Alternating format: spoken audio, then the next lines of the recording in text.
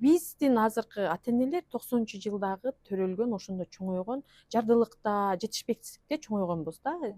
Жада калса светто өчүп калып, буудай ун жок болуп калган. Анан ошондо биз көп нерседен өтө муктаж болуп чоңоюп калганбыз. Азыр ошол өзүбүздүн жеке муктаждыгыбызды балага ашырып берүүнү каалап атабыз. Бул туура эмес. Бул менин жеке.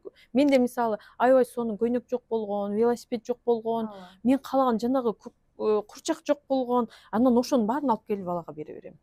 Анан мен каалаган Америкага окуй албай калганмын. Бала сен Америкага окуйсуң. Бул менин жеке кызыкчылыгым болчу. Ал балага окшош болсо, баланын кызыкчылыгы менен мейли.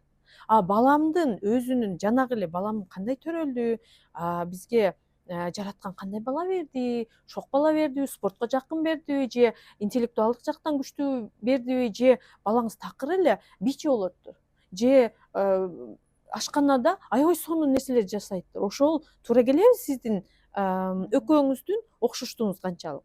Эгер туура келсе мейли, сизге окшош бала болсо мейли, анда сиздердин жашоодо умтулган максаттарыңыз бир. Анда сиз эркиндик берсеңиз болот.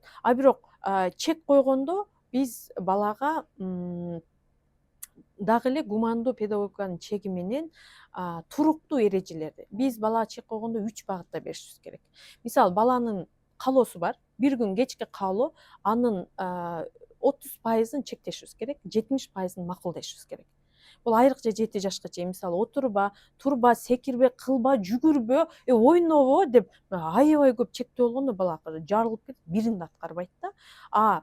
70% берсеңиз эркиндикти, 3 багытта 30% чектейсиз. Биринчи бул коопсуздук боюнча. Коопсуздукта мисалы баягы газ, электр жарыгы же башка нерселер, же узун бычак менен, же болбосо учтуу бир нерсе менен секирип ойносо, баланы алып коебуз да. Болбойт бул менен ойногонго. Айрыкча 2-3 жашка чейин бала түшүнбөйт. Ошо кайчы, ийне бир нерселер менен ойногусу келет. Жок, ал болбойт. Ал ыйласа да алып коебуз. Экинчиси ден соолугу боюнча.